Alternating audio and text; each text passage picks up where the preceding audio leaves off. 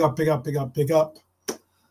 It is Liberal 12th Man here. And today we're just going to have a look around the league. It's like the Ferris Bueller's statement, like life moves fast. If you don't stop and look around every once in a while, you might miss something. So going to look at some of the things going on in the Prem, basically some of the other teams.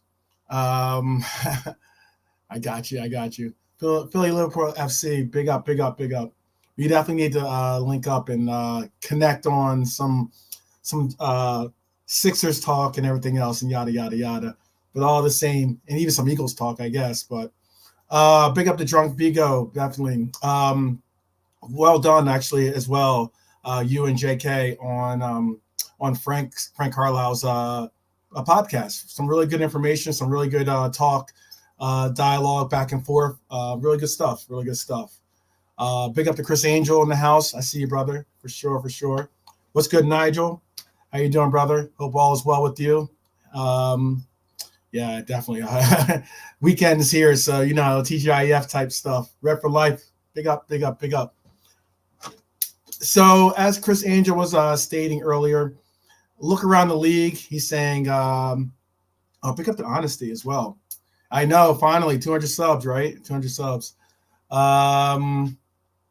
So what was about is that look around the league is just basically it's kind of like some of the news going on around the league, some of the stuff that's going on for our own team as well, but primarily with who we're competing with in some of these competitions, whether it's the league or whether it's tournaments or whether it's some of the moves that are being made in the January transfer window by other clubs or even our own club. Some things you guys want to talk about, blah, blah, blah. I'm down for it today. It's just a TGIF type deal. Figured like I said, I'm trying to do broadcasts or streams every day. So making concerted effort, even when I do have to have a busy week or a busy day, I'm gonna try to get these in and get them in pretty consistent so I can grow the channel and continue to bring some news, insight, and actually have a forum or a place for us all to actually chop it up. But so I'm looking on here too. Let me see what Honesty has to say here. So there's much stuff I want to talk about. There's a lot of fun stuff. Asian Cup, AFCON. I want to talk about again the Prem. Talk about some of the big coming backs. But let's see. RB Leipzig sporting director. It's going to be a tough one. Ruven Schroeder on Fabio Carvalho. Excuse me. We consciously chose Fabio last summer, but when he realized there will be competition for his position, he didn't want to fight. Oh wow. Honesty. Did he really? Is that real? Is that an accurate quote? I hope that's not an accurate quote. Not saying that you don't bring out accurate quotes. I'm just saying that's a rough statement. And it goes to what I've been saying, which is, look, I don't have an insider track on Fab and what he's doing with his mentality or his efforts and commitment, but that is not. Says it's on Twitter. That is not a good statement, man. That's not a good statement. What's funny too? Real quick statements is that I was watching a clip and they were showing basically the highlights of Klopp and Arteta in obviously the FA Cup matchup that we had with them. And they showed, for instance, Arteta's reaction when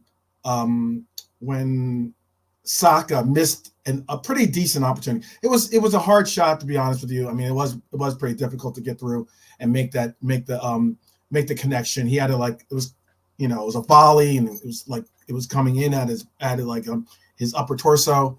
So it was a hard, difficult thing to do. But you see Arteta, and he's just all devastated and crushed by the effort.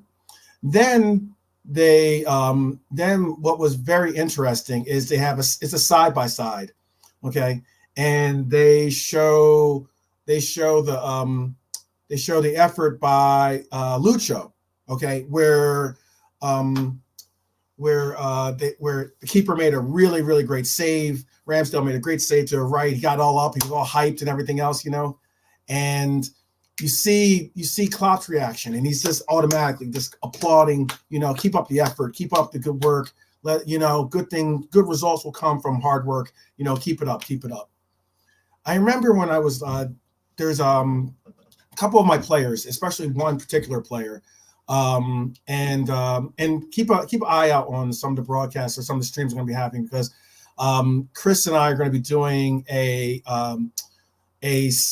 we're going to be doing it's going to be very interesting, because like it's a South American Mount Rushmore. Since we did an AFCON Mount Rushmore, I'm going to do a South American Mount Rushmore with Chris. It might be the case, though, that I might have to break it down to do individual countries in South America. That's how great their history is with football. But why I'm bringing up this is that one of the players I used to represent, I remember, sometimes I'd be at practice, or I'd be at or at one of his training sessions, and you'd see him go out there, and especially towards some of the games or some of the tournaments that he was entered in, and like I see him out on the pitch, and I see like he'd miss a shot, and he'd be like, oh, he'd be all in his feelings. He'd be like, oh, I can't believe I just missed a shot, or just devastated. And I made a mention to him. I said to him, this might be subconscious, but you don't recognize it when you're doing it. But getting down on yourself, getting all into your feelings and everything else, it's not a good place to be sometimes if you're trying to surmount some type of result, if you're trying to really get some type of actual result. It's like kind of like, you gotta have that Mamba mentality, and it's more like, don't dwell on the past. The shot's done. You didn't make it. Okay, cool. Move on. It's very similar to what I believe we see with some accuracy, at least. You see it with Darwin, in that the sheer fact that he's out there taking shot after shot after shot, despite the fact that some of them aren't even going on net, some are getting blocked, or and all the stuff about going on in his head about the rumors, or not the rumors, but the talk online and everything else about like he can't shoot or he can shoot or whatever. It gets in your mental. And I remember saying it to the player I repped, and it was funny because after he started making a conscious effort not to do it, not to have those negative reactions, his game improved. Like it was something incredible. And I'm not saying that it's just the surefire way, or I'm telling you the secret, but it's just something very interesting in the case. And again, long story short too, as well, with Fabio has been Fabio's had a lot of hype on his praise. The sheer fact that he was on a championship team, was the best player on that team, saw them get promoted, was getting the opportunity to be not only coveted by a club like Liverpool, but we made a conscious effort not only to get him and try to get him in January, but when that fell through or didn't work out, we still stepped it up and made sure that we were going to get him in the summer. And a lot of that just builds into your ego and builds into like, you think your SHIT don't stink type concept. And it can be a negative conception. I'm not saying confidence is bad. I'm not saying that at all. I mean, this guy right here has confidence, and you can see it in him. He's still pushing him through for the hard work. But it's just something very interesting. It's like, Nigel says it. Let me see what Nigel has to say. He says it's all in the mind. If you want to be at the very top as a sportsman or a sportsman or a sportswoman, you have to be there. Actually, absolutely. They've always said the concept. There's like that proverb that goes, it's 90% mental, 10% physical, that kind of concept. I think that's basically what, long story short, is basically what I'm looking at seeing with Fab. And it's a shame because guy's got incredible talent. You can see he has talent. It is unfortunate that we don't play really a 10. So, I think the one thing that was uniquely hurting Fab, and this is just me coming from a agent perspective, is that like if Fabio is saying to himself, I only want to play the 10, and that's the only position I want to play, he's limiting himself, because there's other positions out there that obviously his skills can go towards, and but it's oh wow, it's even on Dave OC Cop's page, so it's probably true, very true. But yeah, like, and Drunk Vigo says this too. Well, he says we're learning the valuable life lessons here. Yeah, exactly. Yeah, I got you. Yeah, just giving some life lessons as a look around the league. But yeah, it's just something that, I would, because I wanted to see him really do well. I really wanted to see him do well. I really wanted to see him like, the subconscious is a dangerous place, man. I mean, like sometimes you get stuck in the mental anguish. I just saw a piece recently on I can't even say it now. Henry, excuse me, Thierry Henry, and it was an interesting piece because he talked about he had some troubles growing up. He had, mental issues growing up with his family and everything else, and yada yada, and how it really translated to even haunt him during the time that he went on and was accomplishing big things. And it's about having the right environment around you, or the right support system, everything else, and it's something unique in itself when it comes to. I think Fab really didn't recognize the opportunity that he had. And it's unfortunate because sometimes when you have the wrong influences in your life around you, they can up your ego. They can tell you you're great. You can tell you this or tell you that. And then all of a sudden, you're looking for a job and they're sitting on the couch, waiting for you to go get a job type thing concept, I don't know if you guys ever saw the show Ballers. Ballers is with The Rock, and it's a pretty cool show, loosely based on the NFL experience. And, you get to see it's a really interesting ride when you get into the constructs of some of these camps, because like, the concept of some of these camps, whether it's like, for instance, like Mbappe with his family, or you have like, Pogba with his brother and his parents and everything else. And like, all these different camps, whether, obviously Casado with his mom, there's influence. Then you have your boys, your homies, that influence you one way or another. And then you'll have like, your childhood friends that are no longer really your friends, but all of a sudden come out the woodwork as soon as you sign a major deal. It's very, very difficult to be a professional athlete. It's incredibly difficult. It's a lot more difficult than it's a lot more difficult than sometimes it has to be. And yeah, it's just one of those concepts where I hope that Fab does get I hope he gets his mental together. I don't want to see anything poor or bad happen to him in his career. But I just think that this is a wake-up call for him. Like he could end up doing the same. It seems like we're seeing this story so often in the papers. Staying with the look around the league thing, for instance, Sancho is going to be leaving Manchester United, for instance. And let me make sure I got these comments too, because I saw some Fabio comments before I go into the Sancho segue here.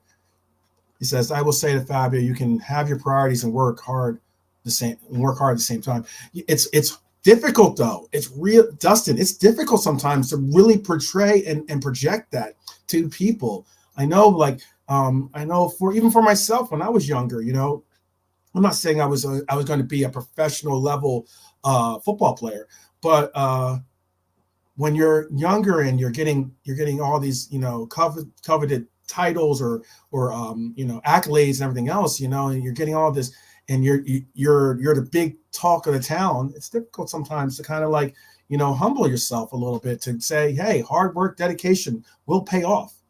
And it's like, it's one of those things. Honesty is saying maybe Klopp was right about Carvalho.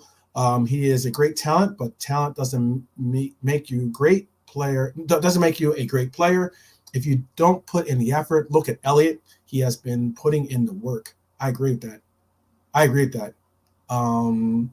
with that completely. And then saying, Chris Angel is saying, Fabio just needs Stop. Just needs a behind whooping, talking positivity, and putting the hand over the shoulder sometimes goes in one ear and out the other. Being water doesn't work for everyone. And that's true. I know that Chris Angel's son has a proverb that he keeps himself be like water. But that's true, it's one of those concepts where you have to really get a real grasp on what it is that makes you, that really ticks. And it's something, and that's why I brought up also the point about Klopp and about Arteta. There's a difference in today's coach in general.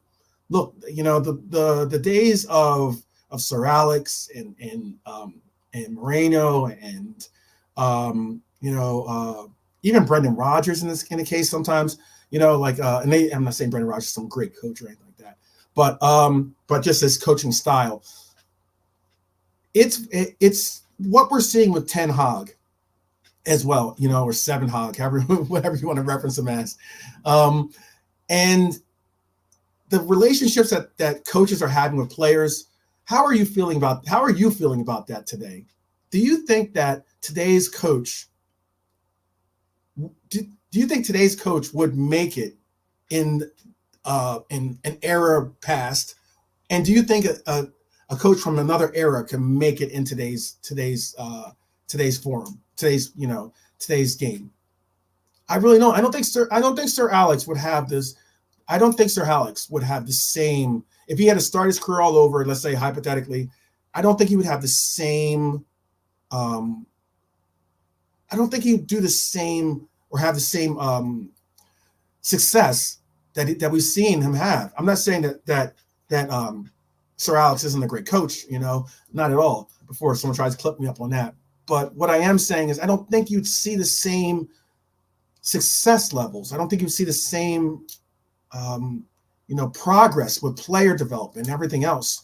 And why I'm emphasizing that is because, again, we're some of the headlines today. Sancho is leaving, obviously going back to Dortmund, which is mind blowing considering what Manchester United had to pay to get Sancho in the door, and now how Sancho has been called out for not putting in the hard work and effort and everything else and yada yada.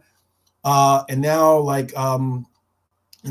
all of a sudden, this is going to be, if anything, even more highlight or spotlight on Antony, for instance, who is another player, a much maligned player for Manchester United.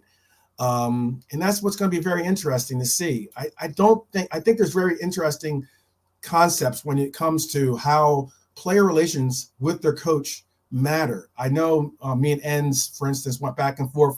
He doesn't necessarily believe that players choose teams based on coaches, but I do.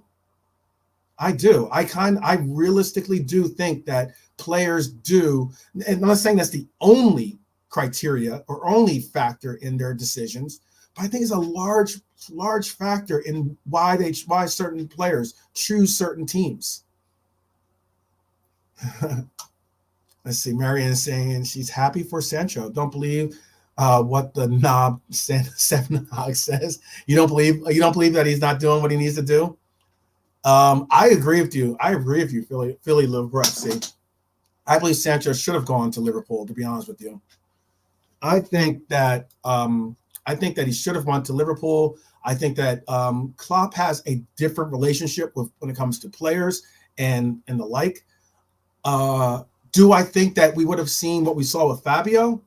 That's a question. I'd love to see how you guys think about it. But I mean, and again, I'm not trying to punch down on Manchester United at the moment, but it's just interesting. I have a list of some of the headlines that are going on currently, and another headline that I was reading was, for instance, about Martial wanting to stay at Manchester United until the summer. It says Anthony Martial wants to stay at Manchester United until the summer and is not interested in a move away from Old Trafford. From Old Trafford this month. So, yeah, it's one of those things, It was also a concept where Seven Hogg was talking about the off-field problems that have affected Anthony. Off-field problems have affected Anthony at Manchester United. Manager Eric Seven Hogg admits winger Anthony hasn't been the same player since experiencing personal problems away from the football field. You know, it's one of those cases where if you don't have the right environment, the right culture, the right setting, the right support system, you're not going to create an environment that is very likely to see success. It's just something I try to pride myself in my own life. But I mean, realistically, it's one of the things that I really, really have emphasized about this era with Klopp. I think Klopp has reinvigorated this era of Liverpool with some incredible belief, culture, foundational pieces that make you want to invest in this club. It's the difference maker, man. It's a real difference maker. And it's the reason why I think other clubs are trying to basically, replicate what we've done by the direction of the sporting directors, by direction of using the algorithms and utilizing more of those types of concepts with their player evaluations and searches and everything else. It's very interesting to me. But I honestly don't think that, some of the greats, I don't think that some of the greats would have made it today in today's football environment. I just don't think so. And I think Klopp and even Pep, to an extent, are two unique managers that have been able to bridge being old school and being new school. I think they're one of the two of the most unique managers to be able to do that. I'd love to hear if you guys think of if you guys could tell me another manager that has been able to do what you've seen, and I mean relationships with players that you've seen with Pep and Klopp. And I think more so with Klopp only because I think Klopp ends up being more like a father figure. Pep ends up seeming more like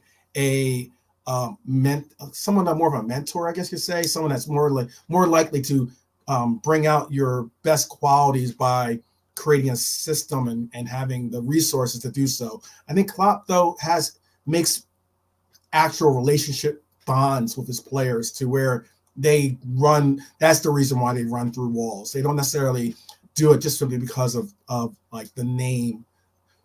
But I'd love to hear you guys' opinions on that. But let's see some of these comments. Sancho will come to Liverpool FC. Just need a Dortmund return as a buffer between MUFC and us. That would be extremely interesting. Extremely interesting. Would you guys have Sancho in this club? Would you guys want to bring Sancho in? If that's not, I said to myself, I wouldn't have minded it. He's obviously going to have to take a pay cut. He's obviously going to not demand the transfer fee that he demanded from Dortmund to Manchester United, but he's going to have a renewal on his life, his Premier life. That would be immense for him, I think, and it would be more so considering his relationship, especially if Seven Hogg is still at Manchester United, it would somewhat make sense. There's not many other teams in the Prem that I could see Sancho going to. If you guys could think of if you guys could think of a team that you think he's best suited for, I'd love to hear it. I just don't think that there's many teams out there other than possibly, and I'm not saying just because I love Liverpool. I'm just saying it because I think that realistically it's in relation to the comment I said earlier about coaches' relationships and the ability to bring out the best in these players. Klopp would have done a better relation with Sancho. I agree with you, Philly Liverpool FC.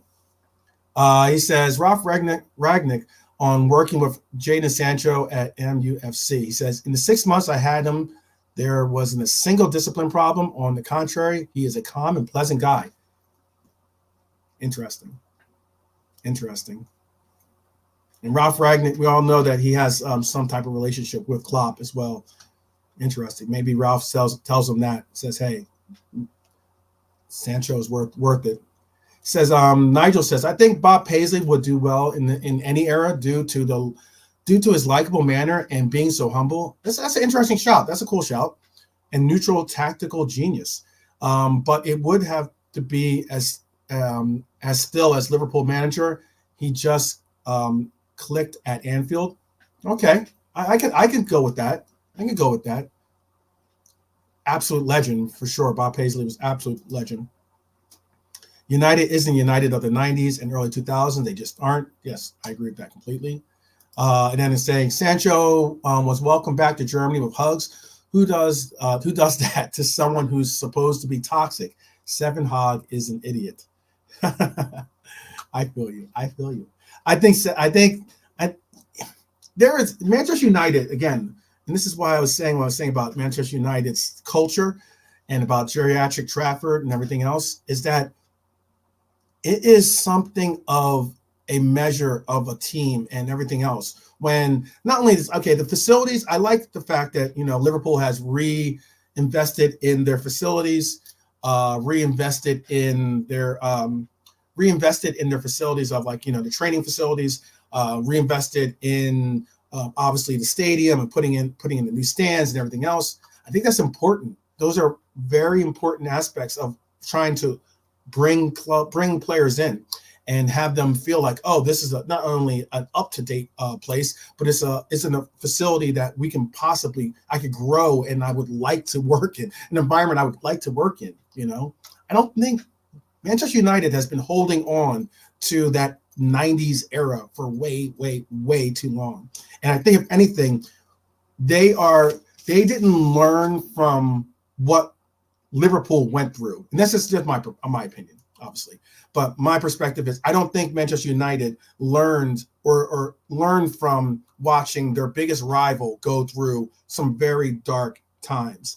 And for a long time, especially during the 90s, for instance, Liverpool was holding on to the 80s, holding on to the 70s, holding on to the eras before them to bolster or solidify their relevance. And it just wasn't resulting in results for them in the 90s. It just wasn't. But fortunately, that culture, that base was still there. The ownership group sucked. I'll admit that. But I mean, but the base of the culture was, there was still a sparkling ember, of that you could say maybe we could start the fire again, Little Bruce Springsteen, we didn't start the fire. I think that's what it. I think that's a song, right? Shout out to Bruce Springsteen and represent New Jersey. So yeah, it was just one of those things that, for me, I think that they didn't recognize it, and that's why you're seeing so many issues and problems. Here's another headline for you guys, for instance, and I'm gonna make sure that I get through all these statements too. That sounds like a problem, like a you problem, Anthony's. Should keep his hand to himself and start thinking with the right head, please. I can't believe I read that. I gotta pre-read some of these. Chris Angel getting into the H territory. He was some of his comments.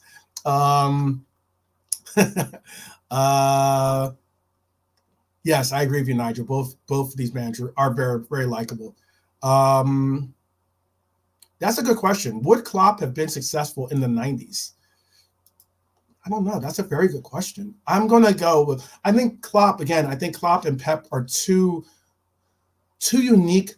I think they're two unique coaches that would have, that bridged that era of coaches from the 90s and 2000s to the coaches of the 2010s and 2020s. That's just my perspective. I think that they're two unique coaches. I heard a Paisley shout. Is there anyone else though? I mean, some might say Ancelotti, I guess you could say, because he's still doing it obviously with Real Madrid. But we saw how he did it at Everton. We saw how he did it. I mean, Everton has a storied history. Everton has Prem titles to their names. During the 80s, they were a relevant club in a sense, winning titles and such. So it was and they spent money, but I don't know. I think it's very interesting. I think the relationships that we see today are very interesting. Okay, this is what Chris is saying. Low key, Marino. A lot of players who played for him talk great about him. Obviously, you can't compare it, but the ways Zlatan talked about him, or Mikel, or Eto, etc. I could give you on that. I can give you on that. I know a lot of there are players, for instance, I know that one of the reasons why Gerrard was contemplating leaving Liverpool, and I'm so happy he didn't, but one of the reasons why he was contemplating leaving Liverpool was because of Mourinho, and how Mourinho spoke of him so well and so heavily, so highly. Let's see. Oh, Bobby Robson, his ex-players loved him. Terry Venables, okay, players loved him. Yes, to Sancho, because I don't believe he's toxic. He went to Germany because he wanted to play football. And I agree with you, Marion. I agree with you on that, Marion. I think that he knew that there was only one way to get in, and that'd be an interesting shout. I'm sorry. I'm completing my Marion's spot on for comment too. But this would be an interesting shout. Ragnick for a director of football. That would be an interesting shout. That would be a very interesting shout. I would be very open to that. I'm not saying that I'm not as down on our current sporting director, Jorge's performance so far, at least. I think people have all have very much warmed and understood the Endo deal. I think people have also, I get that some of the other deals are already in the motion or in process before he ended up getting here. But yeah, that's a good shout, actually. It's not a bad shout. Very, very interesting. KJSJ7 with a really cool comment. Big up Cedric Lopez. Big up, brother. How are you? Yes, Bruce Springsteen. All right, so I was right. Let's see. Honesty is saying David Neres was benched because Ten Hag told him to fix his hair. Neres said something like, "Fix your forts, then I'll fix mine. I'll fix yours first, then I'll fix mine." Ten Hag is a control freak. He doesn't like opinionated players. Wow. It's never going to work. It's really never going to work. Oh, okay. I got you. The Streets of Philadelphia. Well, of course, Born in the USA is an absolute classic. That is an absolute classic. Yeah, definitely. Bruce Springsteen is pretty cool. Pretty cool guy, definitely. In the E Street Band, I think, right? In the E Street Band.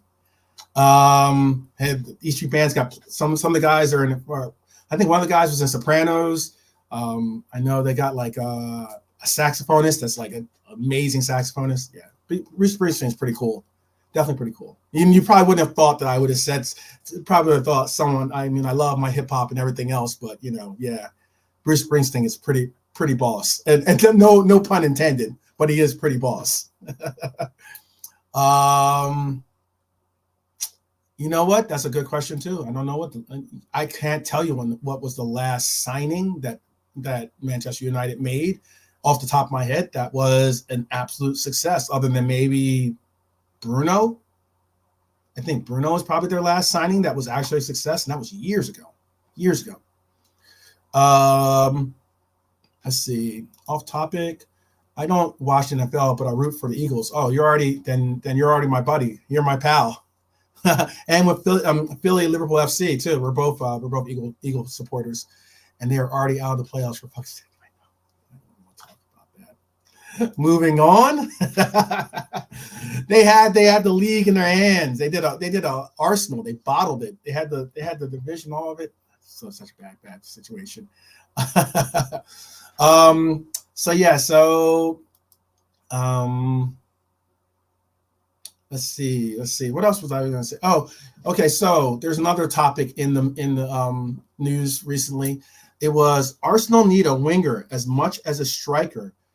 Luiz matching Bruno output. So why Arsenal need more support for Gabriel Martinelli and Bukayo Saka, and how Douglas Luiz has redefined his game at Aston Villa. Apparently, Arsenal are interested in trying to acquire Douglas Luiz.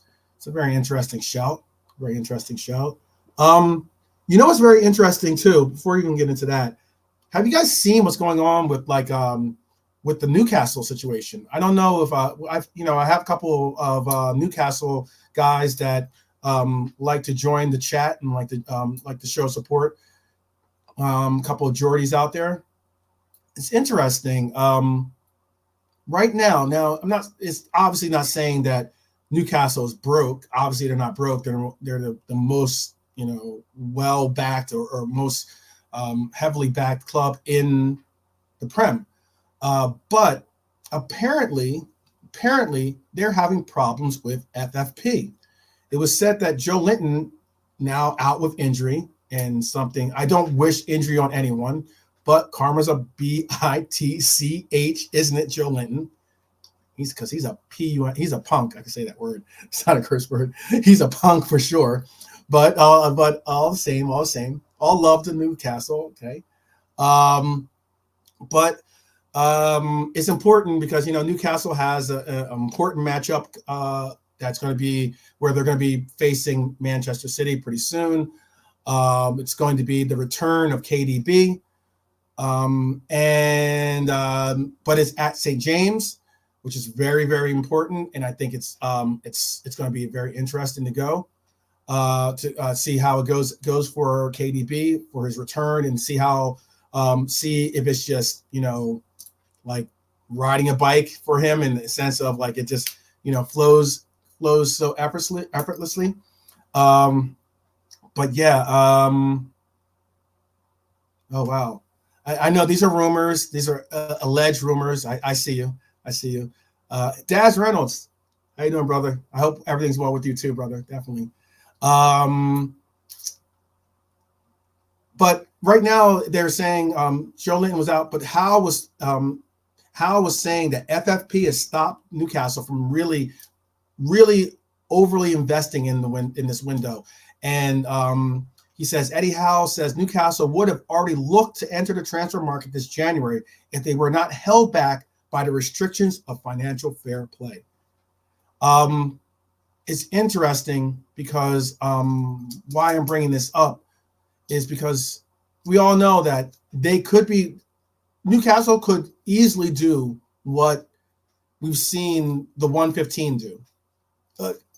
And it's crazy, the team that they're about to face. And they could easily have like some company, like an airline or something like that, some company that's connected to their home country, and have that company say, "Oh yeah, we're going to give you, $500 million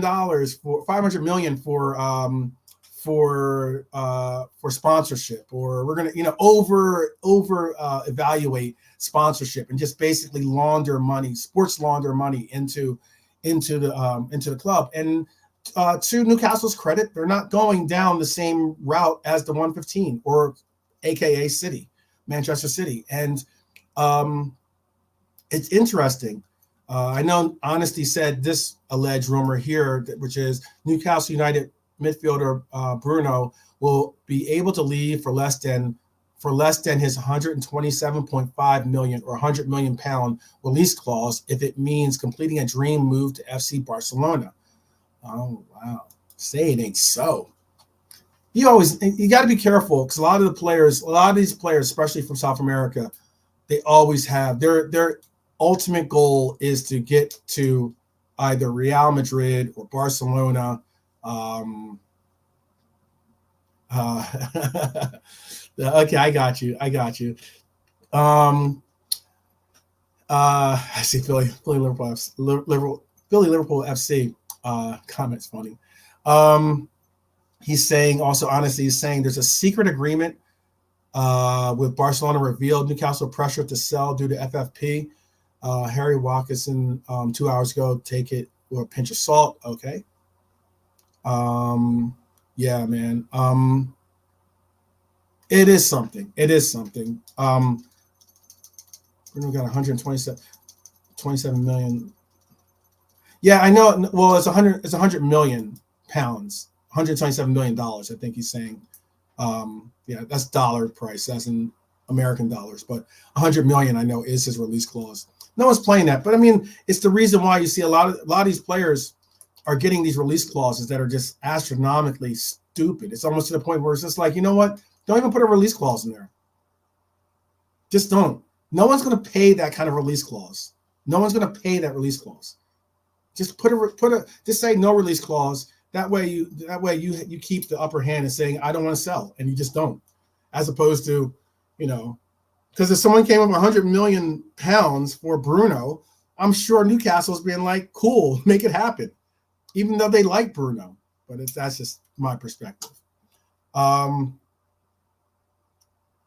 know, yeah, honesty, yeah. This is apparently even Wolves can get point deductions because of FFP. Yeah, I agree. Absolutely agree. Okay, these two questions seem to be the same, so I'll put both of them up. What do Liverpool need this window so we can stay atop of the league and win Europa and FA Cup and the League Cup? And then also Daz Reynolds, that was by Liverpool FC. And then Daz Reynolds asks, 12th man, do you think we need anyone? And if yes, where and who?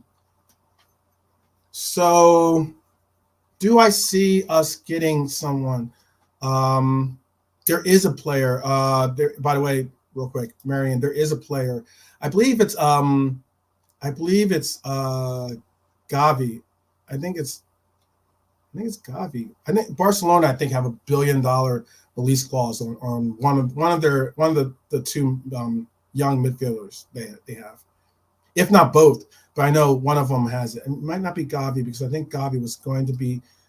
It depends on like the release clause, but I mean, I know they were having issues with his contract because they signed them, but they weren't able to technically sign them under the releases. Yeah, Pedri and Gavi, I think, have $1 billion release clauses. KJSJ7 has certified that. Let's see. I'm with Nigel on this one. I don't think we're going to sign anyone this window. I mean, look at it this way. Unless it's a player that we have been really high on and coveted and have been looking at possibly making a deal, because ideally you want to make the transfers you want to do are always in the summer. You don't want to do January transfers. Chances are if you're doing January transfers, it's because you just don't have enough, or you've lost players, and now you have to, and you don't believe in the players that you have can fill their roles. So, I mean, who do we sign that is a needle mover? That's my biggest question, is who do we sign that really moves that needle to say, oh, we're hands down, this is not going to happen, or we're going to absolutely just run away with the league, or we're going to just absolutely take care of. We have so much depth now that we can just do rotation, and walk through the FA Cup. Like, albeit, yes, Mbappe. I know there's the talks about Mbappe. There is something interesting about Mbappe, if considering that rumor won't go away despite it being put to bed numerous times, but it's still out there. I just don't think that there's a needle mover on a team that the player is available. Because you got to realize, especially with clubs that don't have players with release clauses, especially, or maybe the release clause is so astronomical. I remember I was bringing up Florentino. I think I say his first name, Florentino Luis. I think he plays for Benfica. I believe he plays for Benfica still. And I was referencing how he's a good player, really, really talented player. You look at his stats, look at his ability, look at the progression of his talents and levels and everything else. Good player. I was cool on us making an offer for him, but his release clause now is like 100 and some odd million or something like that. It's just not going to happen. It's just not going to happen. And what other player out there is so dynamic, such an incredible player, and has a release clause or has a price that is affordable that you would make that transfer? And again, it goes back to what I was just saying earlier too. To me, it goes back to, is that player going to fit our culture? Is that player going to fit the dynamics of the system that we have in place? Is it, we don't want another Fabio on the team where you have a player that plays the 10 role, and despite the fact that almost every player that plays on this team can play in different positions on our club. Pretty much every player on this team can play in one position or another. You know what I mean? But I just don't see us being, I don't see that player out there. I also don't see, you also got to weigh in too. For instance, I brought up a player that I like, Delit, right? Delit plays for Munich, Bayern Munich, and he is an exceptional player, obviously, but Delit makes crazy wages. And I remember, because I was going through the wages on there, and I was just saying the Bundesliga, top wages in the Bundesliga. And what was so funny about it was that as I was going through the wages, I didn't even recognize that I didn't put Bayern Munich, but what I just put is the Bundesliga, right? And when I was going through it and reading all the names on the list, like out of the 8-9 players I mentioned, 7 of them, I think, were all basically Bayern Munich players. It was just so interesting. So yeah, it's a matter of, are these players going to want to come to Liverpool? I mean, look, I love Liverpool. You love Liverpool, most likely. Some there might be some neutrals in there in the chat. Might be even some rivals, but once you get down to it, are you going to want to, as a player, take a pay cut just to play for Liverpool? That's really, really stretching it. Are you going to want to go possibly from a country like Spain, or maybe you're playing in Brazil or something like that? Are you going to want to leave Brazil or Argentina? Or Argentina's their weather kind of sucks, but a Brazil or a Spain, and then travel to the comfy confines of Liverpool, which tend to find on the island of England, you end up finding a lot of rain, a lot of cold nights, especially considering they play through the winter periods and such. It's kind of, you make it for what it is.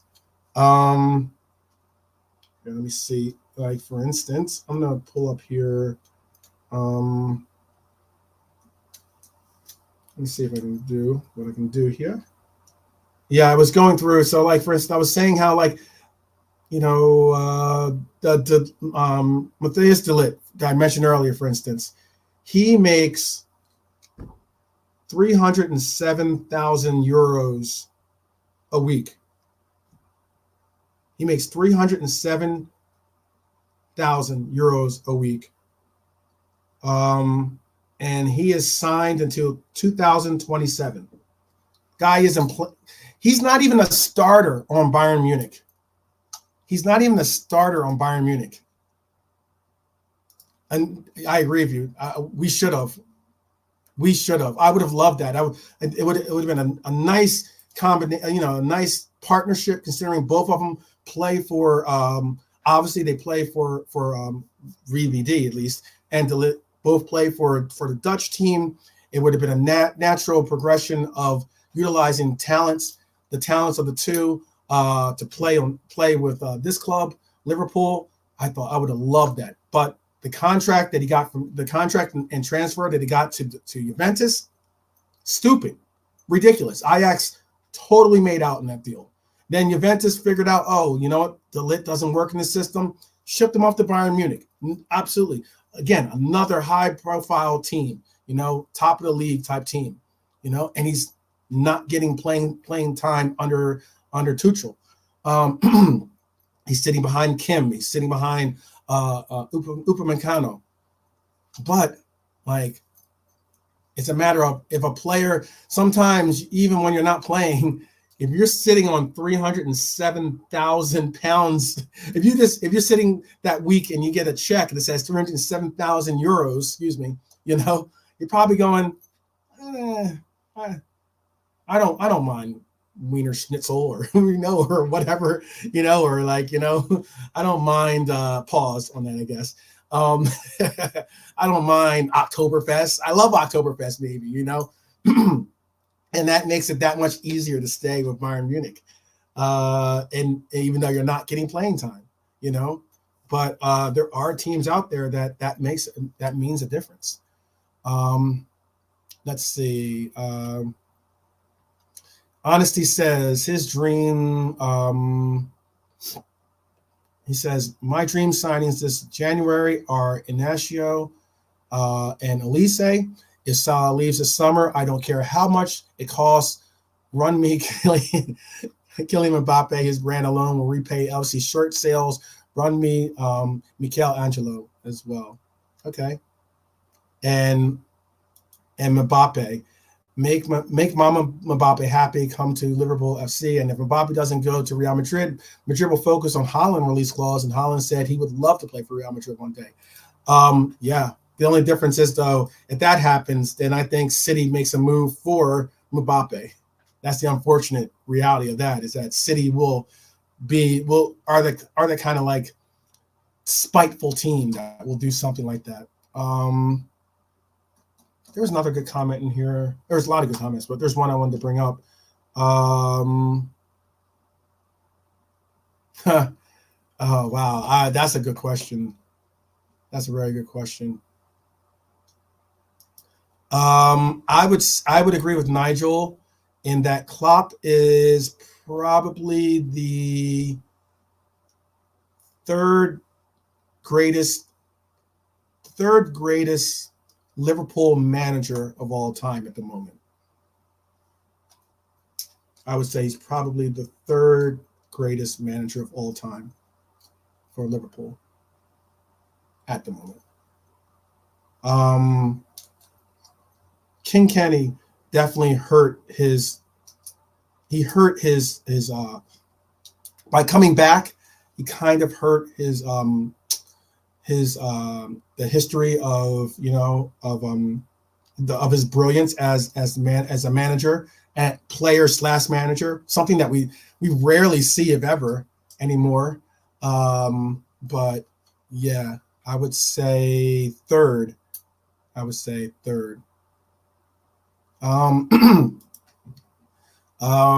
yeah, I would love to see if you guys have another player other than that.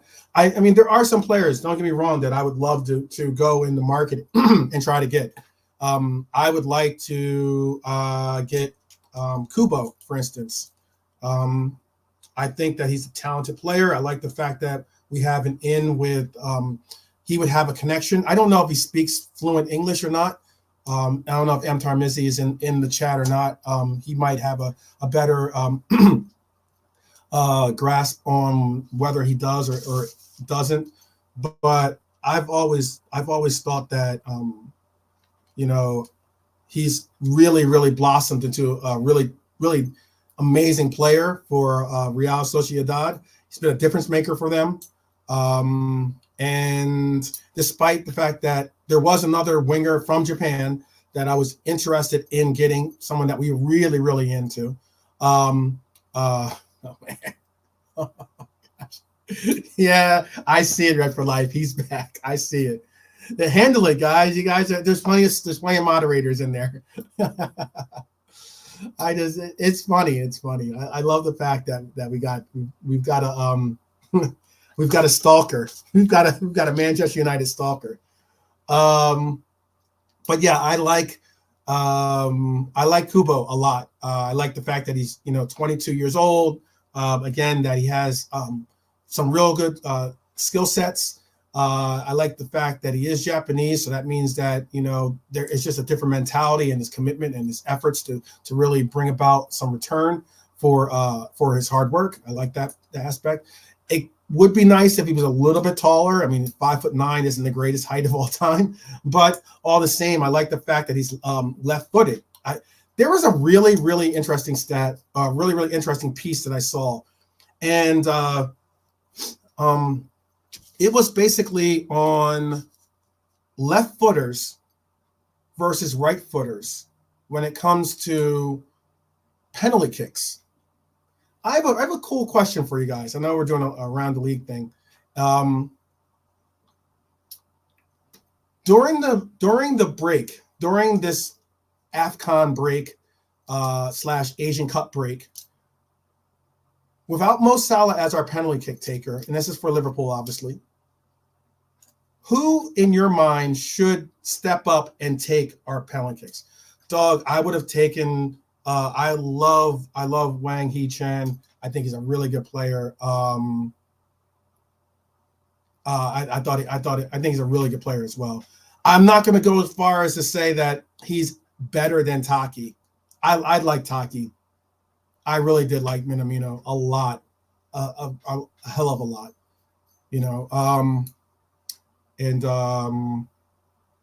Yeah, I really like Minamino a lot. And if right now, you know what, Cody is playing the role of importance, not necessarily. I'm not saying Taki and Cody are the same player level, talent level, any of that crap. But what I am saying is I just think Cody has played the role of Taki in our League Cup efforts, considering he has 4 goals in 4 games. It's pretty impressive stat. Yeah. But yeah, I'd like to know who you guys think. Who takes our pens? We should have had a pen, for instance, in that League Cup game. Against Fulham, we should have had a penalty that was an outright bona fide penalty. I never thought I would say this, but that's one time I've missed VAR. Okay, I've actually missed VAR, considering how VAR for a lot of us has been really a bad relationship for a lot of us. But yeah, I wanted to see who you guys have as being our penalty kick taker during the break. And I know I get that. The Bella's a good player, definitely a good player. Philly Liverpool FC says he wants to see either Nunez or Cody take our penalty kicks. Cody's a cool, interesting. You hear that, Cody? He's listening. He's giving you the salute. Agent Cody in the house. KJ SJ7. Cool. Brilliant minds think alike, they say, right? That's who I have as well. Let's say after that, I know. I got you on that. It was interesting. Excuse me. Mac 10 has had a really good time when it comes to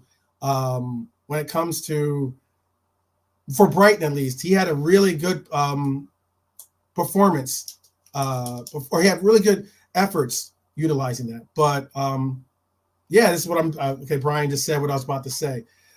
Big up, Brian. Good to see you too, by the way. Brian Morrissey is saying McAllister scored 5 pens last season for Brighton, so he would trust him. Yeah. He's taken. I think he took our free kick. But as far as penalties, yeah, McAllister is a good penalty kick taker. I remember he stepped up. I forget what match it was. It was an important matchup too that they needed, and he ended up scoring a penalty for them last year, being Brighton. But let's see. KJ, that's J7 says, I like Taki too. He didn't get enough of a chance for us, in my opinion, but I do like our Samurai. You know what I think, KJSJ7? You know what? Again, this is going to be.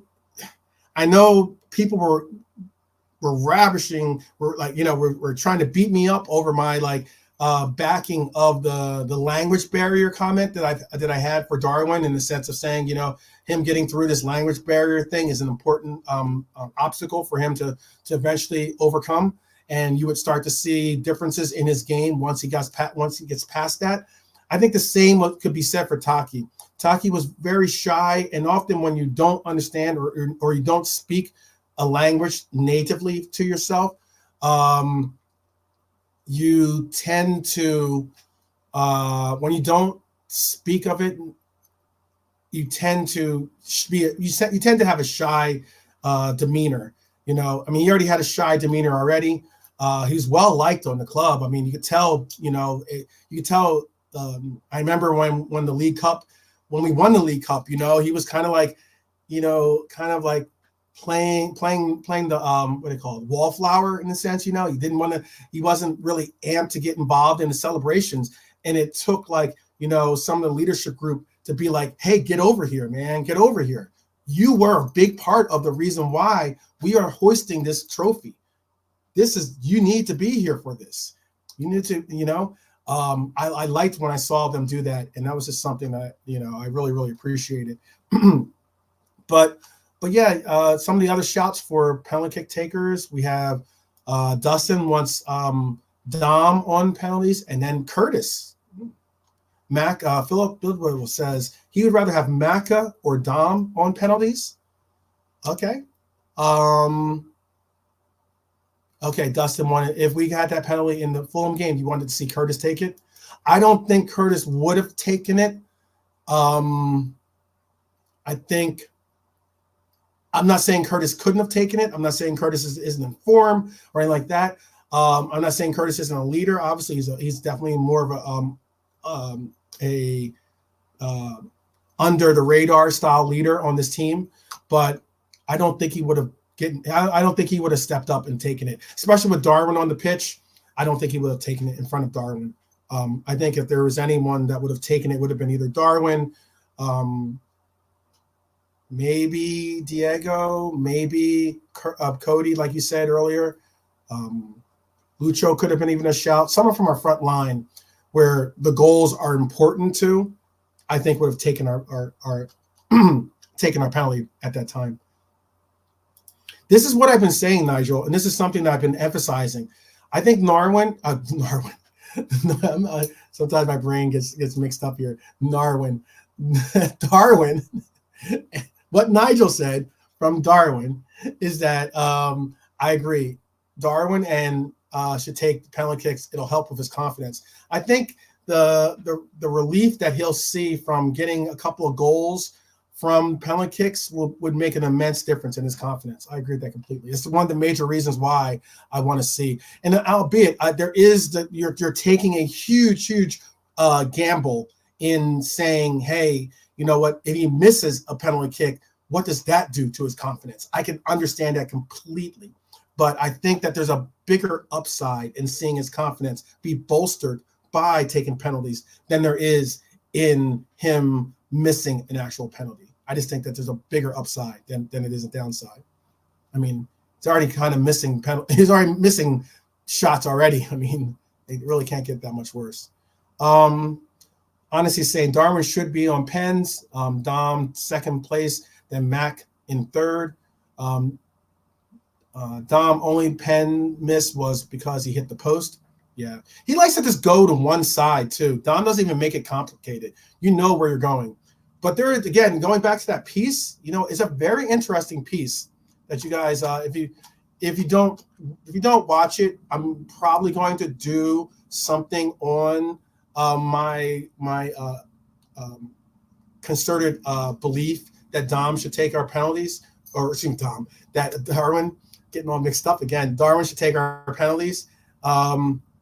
And why I think he should, despite him being a right footer. I get that he is a right footer, but it's a very interesting, and why I was going to make a piece about it is because in the piece, it talked about how left-footed, for some reason, they went into it. Again, mods, definitely, you can take care of the trash talking and BS of Manchester United fan. If you want to, the banter is one thing, but you gotta definitely engage in conversation and try to be a part of the community. If you're not, then you're just noise that is unnecessary noise in the chat and unnecessary. So whoever read for life, I love Liverpool, Brian, definitely you guys can handle it. But why I'm bringing this up is because in the piece they said left footers have a higher ability of scoring from penalties than right footers. I love Liverpool. You are a mod. I didn't take you off mods, but I'll handle it. All right. But yeah. I know. Let's see. Brian's saying it's probably fair. He says it's probably fairly easy to find what the pen taker list is. I reckon Darwin is still third or fourth. It'd be interesting to see. I mean, he has taken a penalty kick for us this year. It was during the Europa, I believe. And it's the piece is extremely interesting. I watched it a couple of times, was taking some notes. It's why I wanted to do a piece, and I was going to basically apply it to our team to kind of get a concept. I'll just give you like a little bit of a spoiler of the episode that it's going to be. Maybe I'll do it tomorrow or Sunday. Considering we have these next couple of days off, and again, I'm going to be doing my earnest to be putting out content all definitely for every day for the most part, but getting in a full 90 as much as I can. But it was interesting piece in that you're right. In the comment that was said here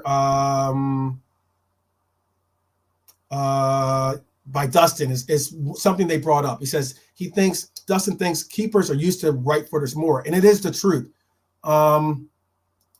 It is the truth. Like what is unique about that is what is unique about that comment that Dustin's saying or about right footers in general is that they were saying how goalkeepers tend to practice against right footers when it comes to penalty kicks. And what they were saying was very interesting is that they tend to have their muscle, their muscle memory and their tendencies. They're able to click that much easier when it comes to diving to their left as opposed to diving to the right. Those kinds of things. And it's very interesting how they broke it all down. It's probably one of the more underlining reasons why our right winger in Salah is the penalty kick taker. Because I don't necessarily know if Mo Salah, I don't think was ever our most deadly penalty kick taker. I am saying that openly. I don't think he was ever our most deadly penalty kick taker, considering we have we had Milner on the team, we had Fabinho on the team that all had really high accuracy when it came to penalty kicks. But what it boiled down to for me with those players is that those players are right-footed players. When it comes to left-footed players, they tend to have higher accuracy. So it kind of makes sense to have your best left-footed player take penalty kicks. So I'm going to apply it. I'm going to do a piece. I'll break it down more. I'll include slides. I'll include like the statistics and everything else about it. You know what? I'll make sure I'll have that episode for tomorrow. I'll make sure that I have it down and dust it for you guys for tomorrow.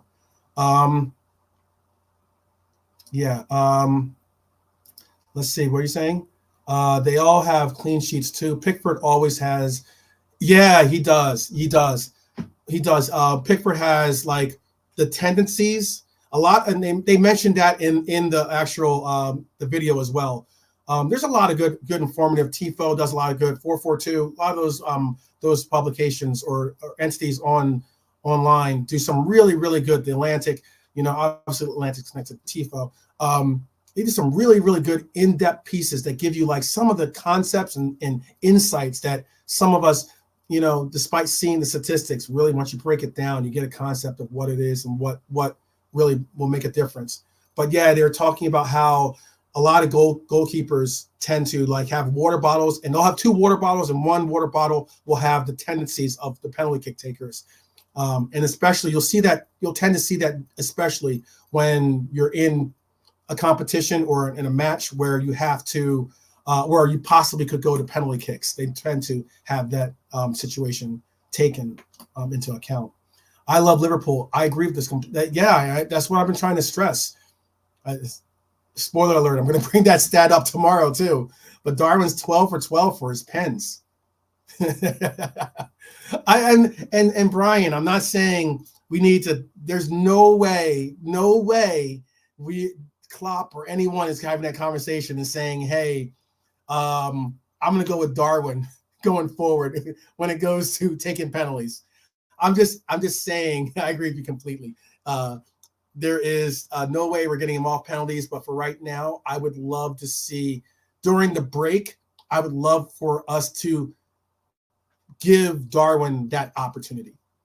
I think that give that bit of confidence boost maker will be more beneficial for him than anyone else during Mo's hiatus, during Mo's time at AFCON. I think that would be the most beneficial. That's all I'm saying, Brian. That's all I'm saying. Yeah, because Nigel was saying even when Mo's back, I'd ask Darwin to take the penalties and have him, and I have total confidence, and he has total confidence in Mo. Okay, yeah, man. Good luck. That's gonna be a difficult conversation to have. That's gonna be a very difficult conversation to have. Brian's saying also, I'd be happy just to get a few pens first and worry about pen takers after. Hey man, we can't even get outright bona fide penalties. The League Cup game against Fulham was just a reminder of what life was when VAR did not exist. Because that would have easily went to VAR. There would have been, I think, that would have been overturned. That was an obvious and clear and obvious mistake by the referee who had a clear sight line to it. But yeah, clear sight line to it. Oh, they do. It is not easy having stalkers, but that's cool. I think that like when you have stalkers, you know what I mean? It means that there's someone out there that is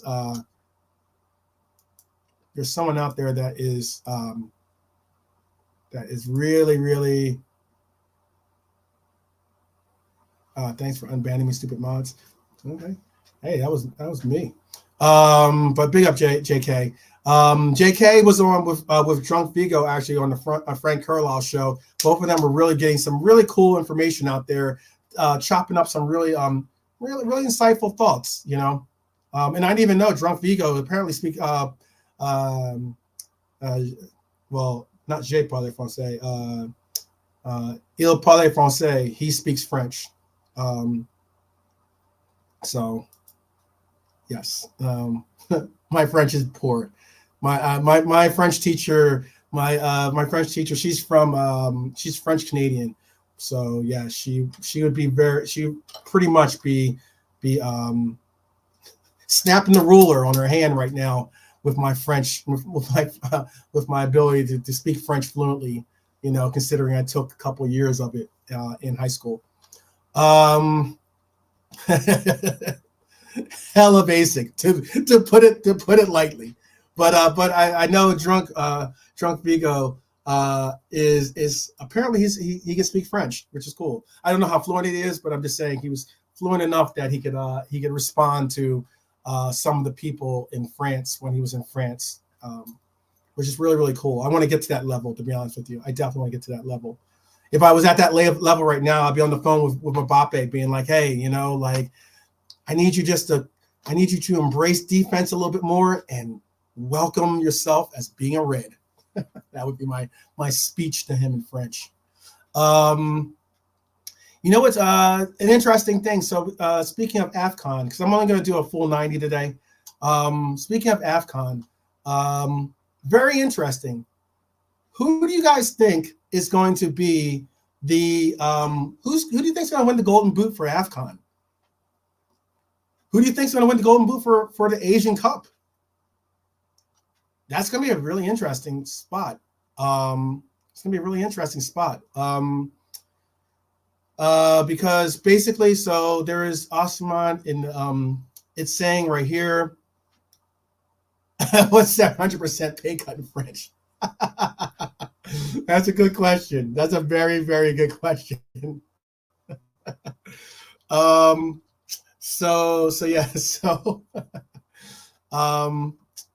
Okay, so you have Mane and Wang.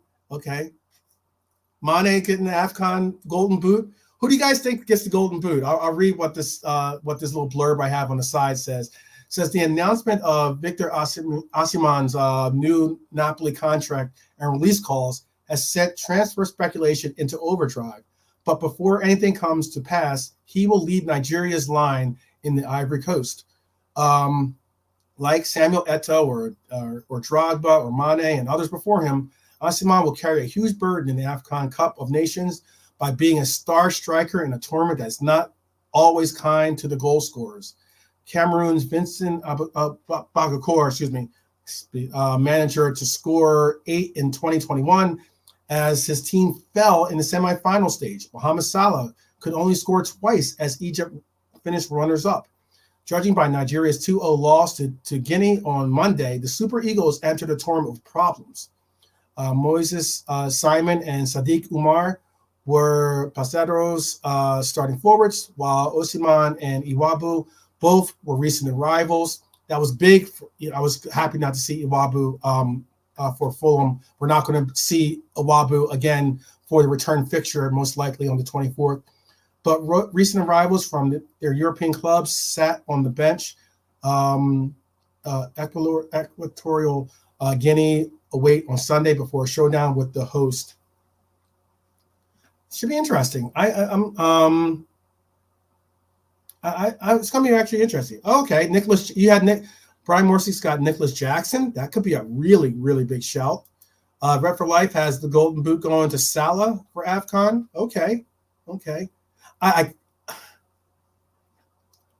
kind of hope all right, I'm not going to go there because I want to see Egypt do well. I want to see him come back with confidence. I want him to see him do well. Obviously that he can move on from the weight of international duty, and that's with Salah.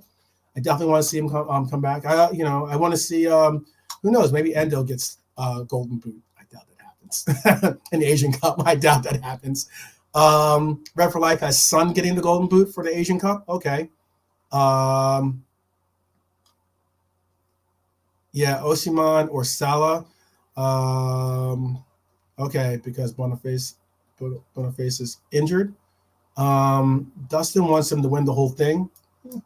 Yeah. Such a catch-22. Red for Life, yes it is. Says, I want Salah to succeed, but I also want him to be back ASAP. Same goes for Raporto. I agree with you on that, Red for Life. It's the same. I'm at this moment, I'm like, it'd be great to see them do well. I want to see them do well, period. Okay. He's saying that En Nasiri is a shot for a Golden Boot. I Love Liverpool is saying, I want Egypt to win. It is so Salah stays strong. I think mentally stays going. Oh, wait. He says, Egypt to win. It's so Salah stays gone longer. Gets the Golden Boot and Ballon d'Or, and we kick on without him. Interesting. I Love Liverpool. That's an interesting take.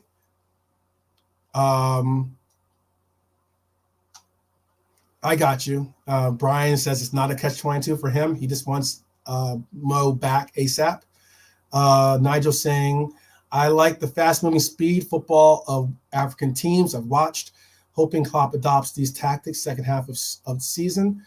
You know what, though, Nigel? We don't necessarily have the athleticism when it comes to our front line for that just long ball like style approach where you're just sending long balls and having your fast, extremely high paced strikers that end up trying to get underneath those passes.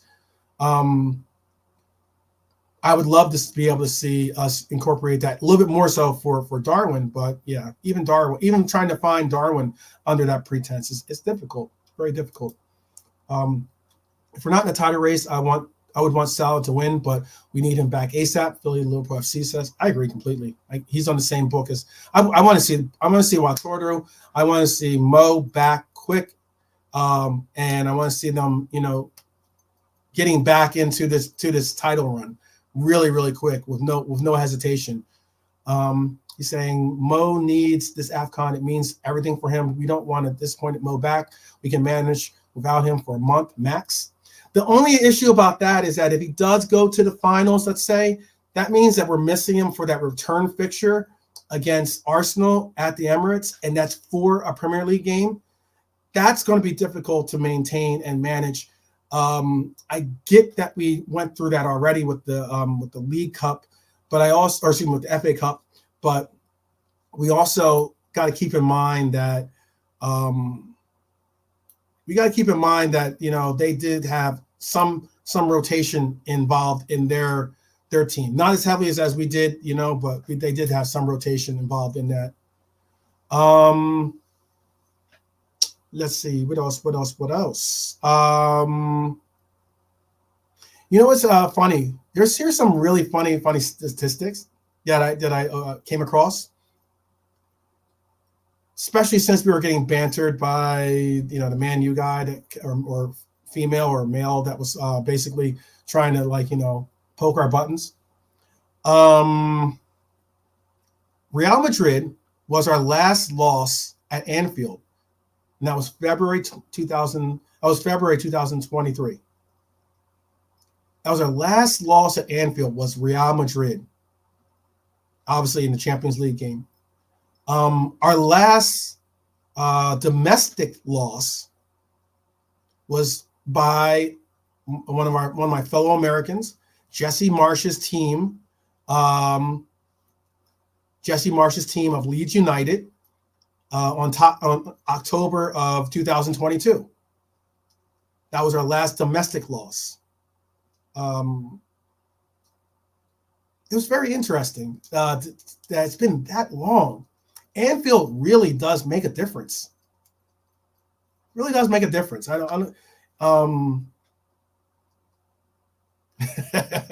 Brian, that's probably a safe assumption. That's probably a pretty safe assumption, considering that when he was trying to give us banter, or he or him, her or him, when they were trying to give when they were trying to give our banter or give banter towards us, they were saying crap about, oh, Real Madrid. Remember Real Madrid? I'm like, yeah, Real Madrid, the Champions League loss that we had. Okay, cool. I get it. We lost. Well done. Very interesting that you're going to bring up that for a club that just saw an exit from not only the Champions League, but from Europa too, considering you didn't even get bounced to that. Pathetic. But yeah, this is true. Like we had that PL streak that we had during 2018 to 2020, ridiculous, absolutely ridiculous. That how much of an Anfield proved to be a fortress for us back then, and continues to do so for us right now. I think realistically. Oh,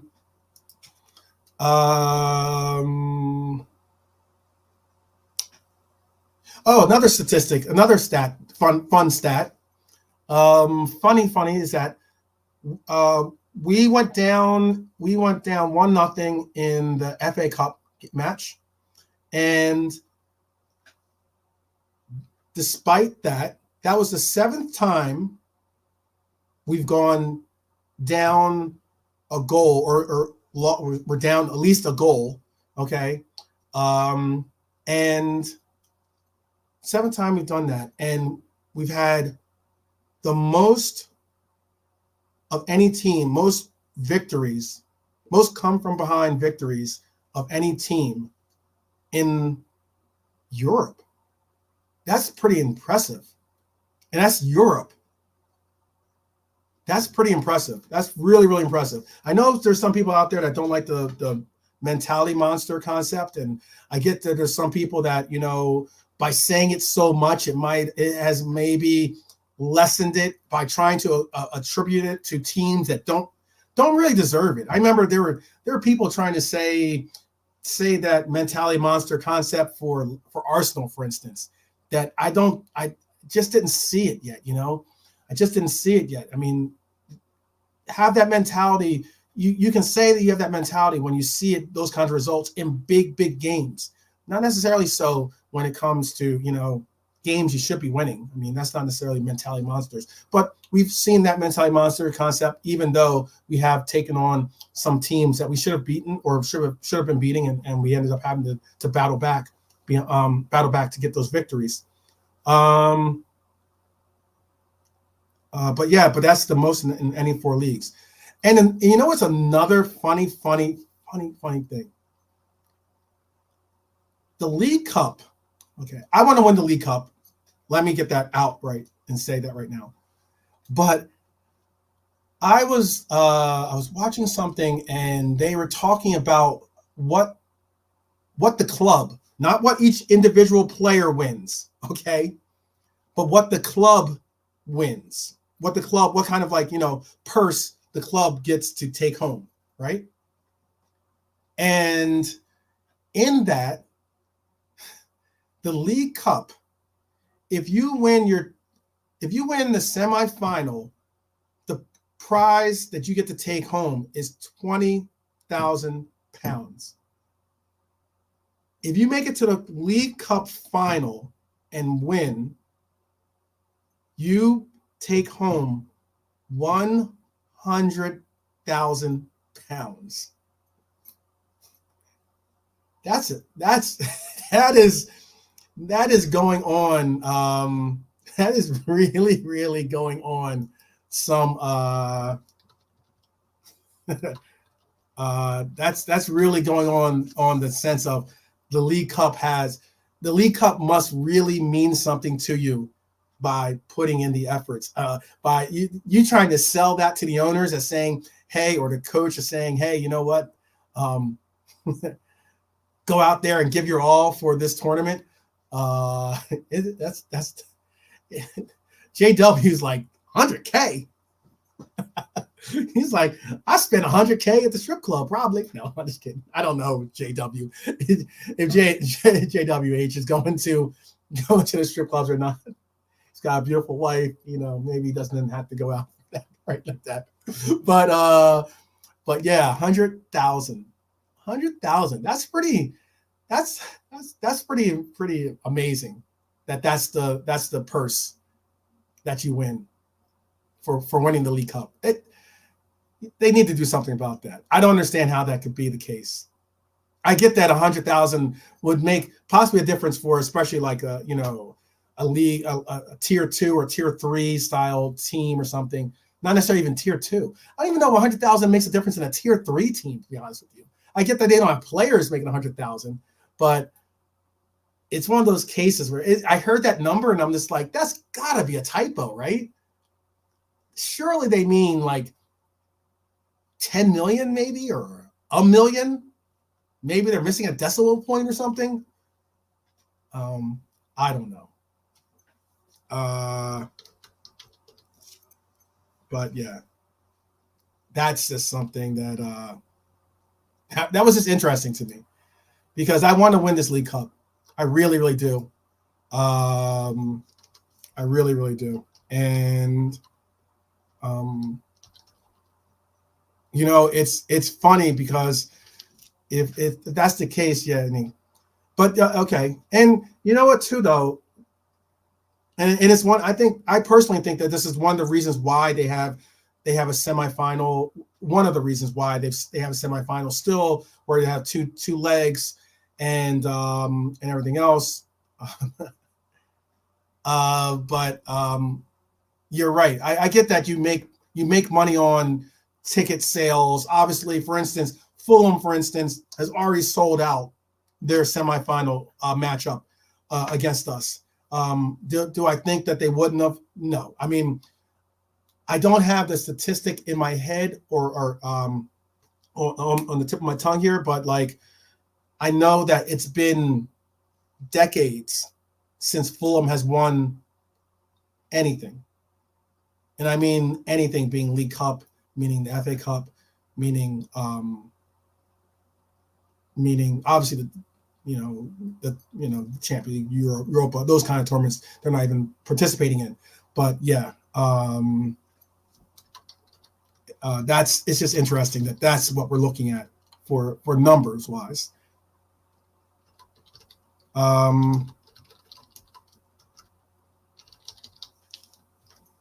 Put up.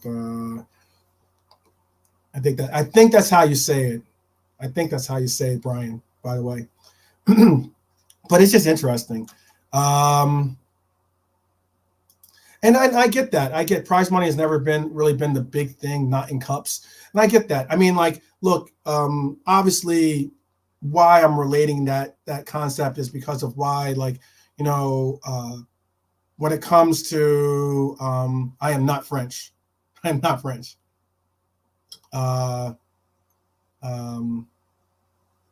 Yeah, no, none. Yeah, I get you. I got you. No, yeah, it probably would be. It probably would be. It probably would be. But yeah, I know it's not necessarily the be all end all is the purse that you get for being in the FA Cup, being in the participating in, let's say, the League Cup, obviously, as I mentioned earlier, opposed to obviously what you make for Europa, obviously what you make for, and even Europa is even the purse that you make by being in Europa, as opposed to obviously Champions League is significantly different. It is definitely significantly different. But it was just interesting. I mean, it shows that, like, these guys participating in this cup, obviously means something to a lot of these players and the clubs, just on the history and the heritage of the actual tournament in itself. I think that's what I'm trying to get across. I'm just trying to say that it obviously means something, especially on the island of England. I know that the FA Cup means a hell of a lot. I think there was a time apparently that League Cup and FA Cup was like basically, pretty much, neck and neck when it came to importance almost. I know Brian could probably go more in depth with that, or even Drunk Vigo could probably go more in depth with that. Nigel saying, yes, every trophy is important. Great to see Jurgen taking the lesser value cup seriously, as historically he hasn't. He really hasn't. And sometimes just the scheduling alone by FIFA alone doesn't exactly permit us to field the best teams that we want to field for some of these competitions. That's just, I remember the team that we ended up fielding for that, I think it was Villa that we had to face.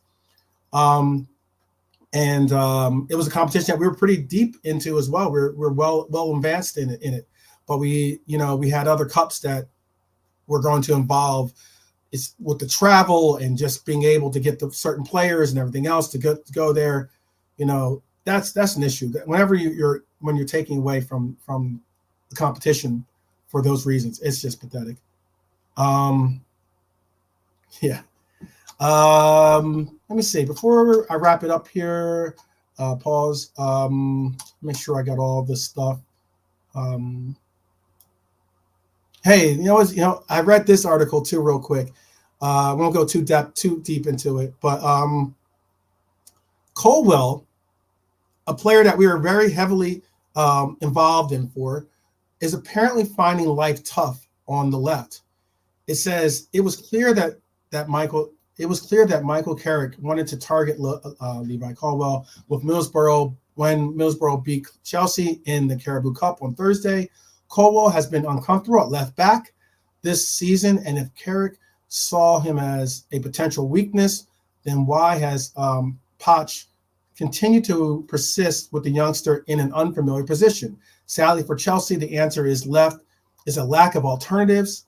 Cucurella is is unavailable. Chilwell is also unavailable, but is close to returning from his latest hamstring injury, and they would be most likely used as a left winger by Poch at the start of the season.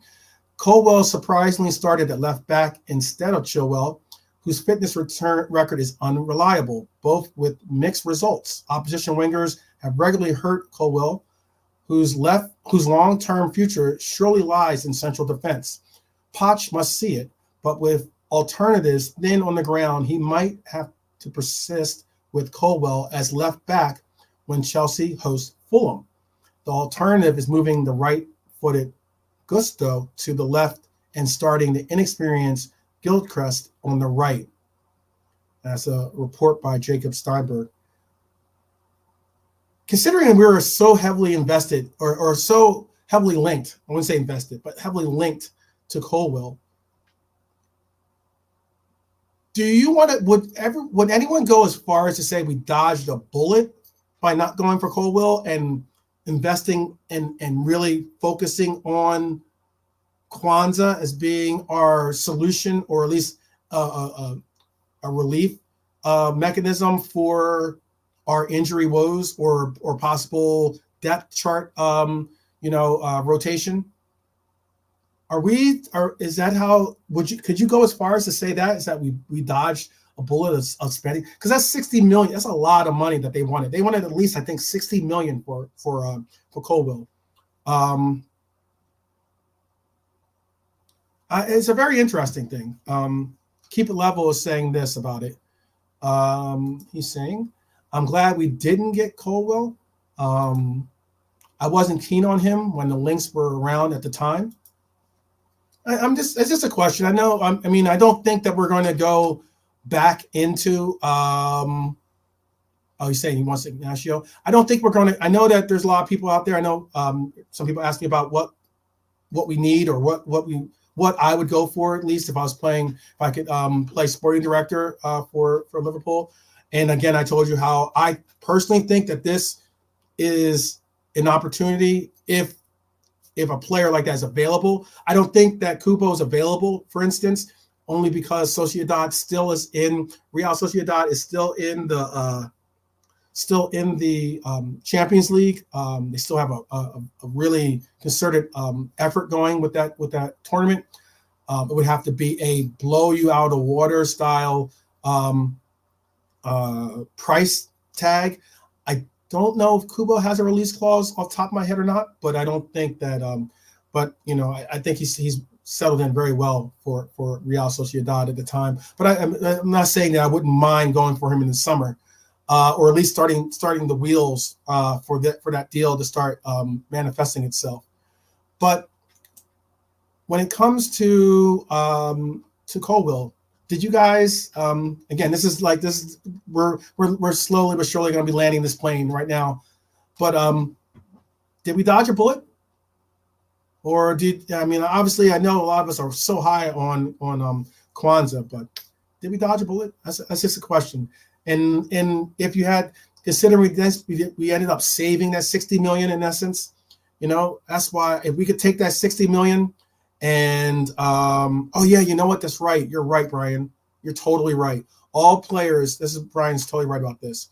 All players in Spain have release clause. It's Spanish law dictates that all players have to have a release clause, and that's why you sometimes see those absolutely ridiculous release clause when it comes to some of the players.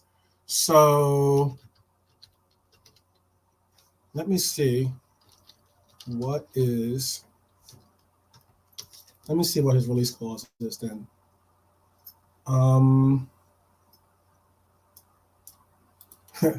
Let's see real quick. See if I can find it real quick.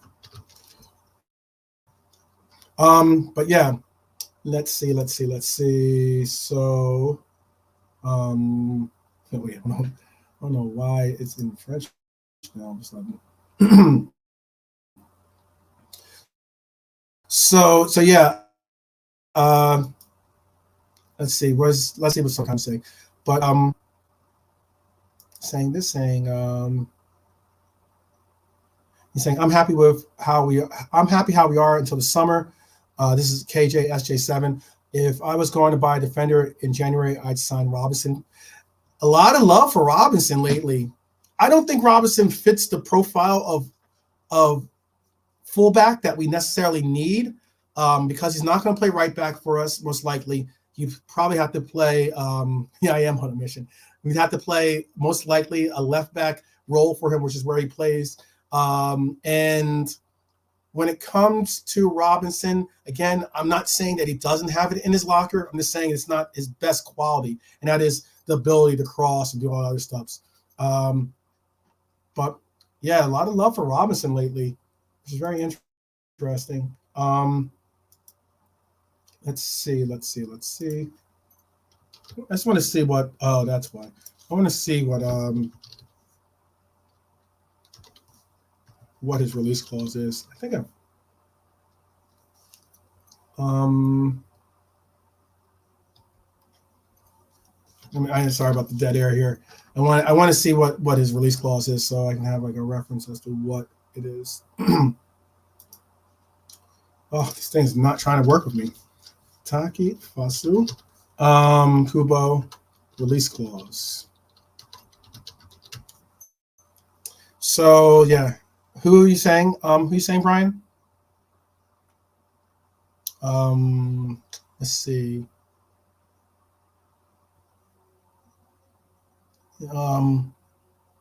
Let's see. KJ7 says Big Nat is technically our fifth choice. Yep, due to Matt Tips. Yeah, I don't know what they're going to do with that. I think Big Nat might be going back out. He might. It's interesting. A lot of the loans that have returned to us, some of them are going to go back out on loan again. Not a bullet, but didn't miss out really. Okay.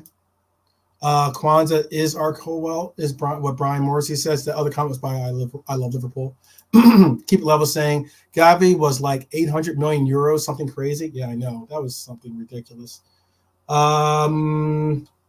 Let's see. So as of December 22nd, 2023, it says Arsenal, Manchester United, and Tottenham are ready to trigger his release clause, but a 2024 move worth 60 million might be the move.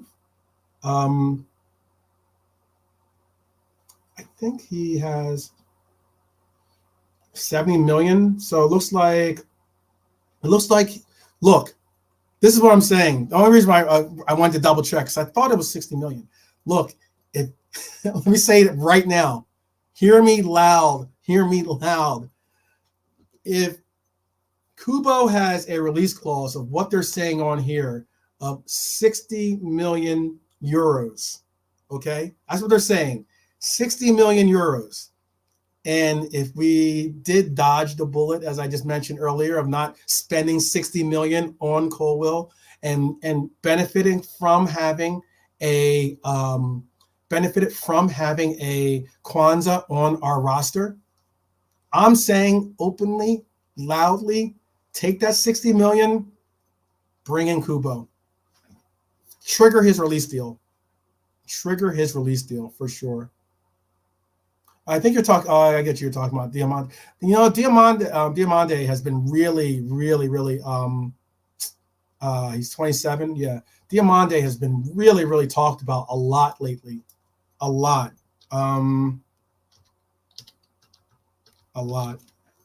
Let's see. Does he even have Newcastle? Not scared of paying 80 million. So his release clause is 80 million. I don't know, man. Newcastle's going to be very interesting for them to apparently to get that deal off. They're going to have to basically do something around that. It's going to be interesting to see what they do. Okay, looks like we're about to land right here.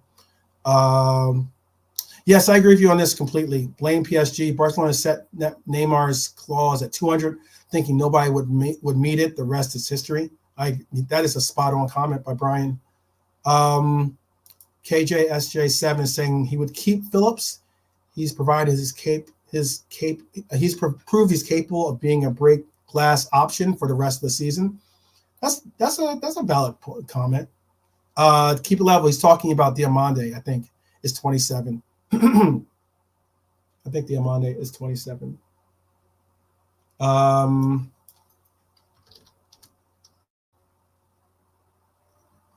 Let's see. You got to always. Oh no, Diamande is 20. Diamande is only 20 years old. Yeah, he's like 20 going on 21. His birthday was. He was born December 4th, 2003. So technically, he's 19 years old, or 20. He's 20 years old now. So yeah. Oh, Robinson. Oh, yes. Anthony Robinson is 27. You're absolutely right about that. You're right. 21. Yeah, I feel you. I understand. How do you? Would you guys real quick? Now that we're now that the airplane is on the ground here on the runway, would you guys rather us go for a Anthony Robinson? Anthony. It's not Anthony. It's Anthony. Anthony. Let me think of what. I don't think Robinson has a release clause, by the way. Let me look and see if he has a release clause. I don't think he does. Would you guys, if you had 60 million, who would you go for at this moment, right in time? 60 million, who you guys going for? That 60 million you said that I mentioned to be saved with Colwell, who would you go for?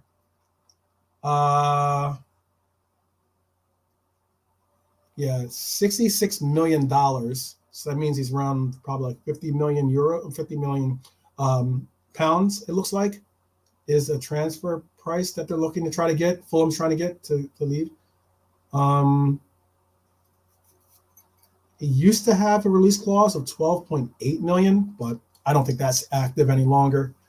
Wow, KJ, you would really go and get Paulinho for knowing that Paulinho is 27, 28 years old, knowing that we're already log jammed at defensive midfielders, especially for our sixes on our team, not necessarily destroyers, but sixes in the mindset of what Klopp wants to do, and especially a log jam of not wanting to block the pathway of some of these players being able to get playing time. I don't know if Paulinho is a good option. I think he'd be a stopgap. He's not someone that we will rely on. The guy's a baller. I'm not saying he's not a really good player, but I don't know. I think Paulinho is probably going to. I think they're asking for how much are they asking for Paulinho? He doesn't have a release clause, so let's see. I don't know what Fulham is asking for. So yeah, 60 to 65 million is saying around there, 65 million. Okay, so you can get him for the 60 million. I don't know if I go for Paulinho. I love Liverpool says Bakayoko. I think it's going to be a lot less than 60. I think it's going to be like around 20. You could probably get possibly both of those players for 60 million. I love Liverpool. I got you. No outgoing expenditures for new players. Yeah, right. I want to forward too, Drunk Vigo. That's why I'm stressing on taking the 60 million. I don't necessarily want a striker. I know I said a forward. I want someone that can play. I would like to have a player like a Kubo that can play left wing and right wing for us. And that way, by playing left wing and right wing, he can get playing time at left wing when not starting, or if there's enough rotation for that start. But also he could get some playing time from when at the right wing for when we don't have Mo, or for when we're trying to rotate or trying to properly manage Mo's minutes. That's just how I'm looking at it, because eventually Mo is going to be either resigning or moving on, obviously. What other comments? Yeah, Dustin, we did want Colwell. We did. He says, to be honest, I think he says, to be honest, he thinks we did want Colwell, and right now with our situation, he'll still be a good signing. I don't think we'll go for Colwell. Obviously, his inability to play left back isn't necessarily like making him that much more of a vaunted necessity for this team. I agree with keep it level. I think we need more left-footed players in their team, a la Kubo. I think we need someone of his playing style. Having Endo and Paulina would still allow for Bashetic or Morton to grow into the DM role with Thiago leaving this summer. That's what SJ7 is saying. I can understand that tact of thinking. Yeah, I love Liverpool. Yeah, his release clause is 20 million. Yeah. Kubo is 20, either 20 or 21 years old. He's either 20 or 21 years old. I will give you insight as to how old he is in a second. But I believe he's 21, 20, he's either 20 or 21, I believe. Let me say one real quick. And a right side, Brian wants a right-sided forward to bring the gap between Doak and Salah, to bridge the gap between Doak and Salah. I'm down with that too. I am definitely down for that as well. Definitely down with that. How old is he? How old is Duncan? Looking to see how old he is. I think he's 20 or 21. He's young though. He's very, very young. Very, very young. And there's a clause in his deal which sucks. And it's there's a clause that Real Madrid, I think Real Madrid has like an option or something in there where the Real Madrid can basically secure his. I think they can buy him back for 30 million euros. So let me see how this says. It says the release clause is worth 60 million euros, but Real Madrid can secure his services for 30 million. Yeah, and he's 22 years old, by the way. He's 22. He just turned 22. So yeah. I think I would like if we got Matoma, that'd be great. But Matoma's going nowhere, and Matoma's not going for anything less than some astronomical Brighton inflated price. Unfortunately, keep it level. Trust me, I would love to get Matoma, but we're not. That's just probably not happening. I don't think Matoma is left-footed either. But yeah. Okay. Yeah, Villa have a buyback on him. Interesting.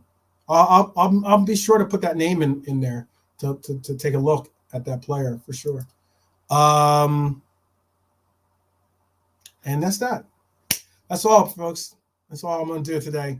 Let's see. Nigel's asking, will you consider doing a watch-along live stream from your pub, 12th Man, commentary only? That would be very cool. I would love to do that. If we can figure out a way to do that, I have permission to do it from the owner. So I would love to do that. It's just a matter of working out the audio and everything else, because we do have we play the sound at our boozer and play the sound of the game at the boozer. So yeah. Thank you. I wish every one of you, every last one of you, even Manchester United fan guy or girl, I wish all of you guys a great weekend. I'll be sure to be back tomorrow. I'm going to do that penalty kick piece that I'm going to do tomorrow, and kind of like put in some statistics, put in some real numbers as to our options for the AFCON / Asian Cup break. But yeah, it's going to be interesting, man. Yes. Let's get those collabs rocking and rolling, Drunk Vigo. I'm down with that for sure. You should hop on a call sometime too, guy, as well. Jay Kismet, JK is on here, so you should hop on too. I saw you with the camera on, No, you didn't have the avatar on there. You had the camera on. Inviting people into your home is not an easy thing. Nigel says, many thanks, Wolfman. Always entertaining and enlightening. Have a great weekend, bro, and chat. I know exactly. And even to the Manchester fan and all friends here, I feel you. Definitely hit the like. Please do subscribe if you haven't subscribed. I hope that you enjoyed the episode today. Also, be sure to pass this on to others and get them involved in the movement. Mighty Red Army for sure is what matters to me, and I'm sure it matters to you. So let's allow to continue to bolster that community that we have here. I appreciate every one of my Reds always, but I thank you if you're joining me as a rival or as a neutral. Welcome as well, but all the same, big up to my Reds. big up to my Reds. Top of the league to you. And let's keep marching on for those Infinity Stones. I might be on a broadcast. I might be on a podcast with some later on. I'm not certain. I'm still waiting for the thumbs up or thumbs down. But all the same, hey, I'll see you guys tomorrow, 7 p.m. UK time. I'll see you guys tomorrow. All right? Definitely. Take care of you guys.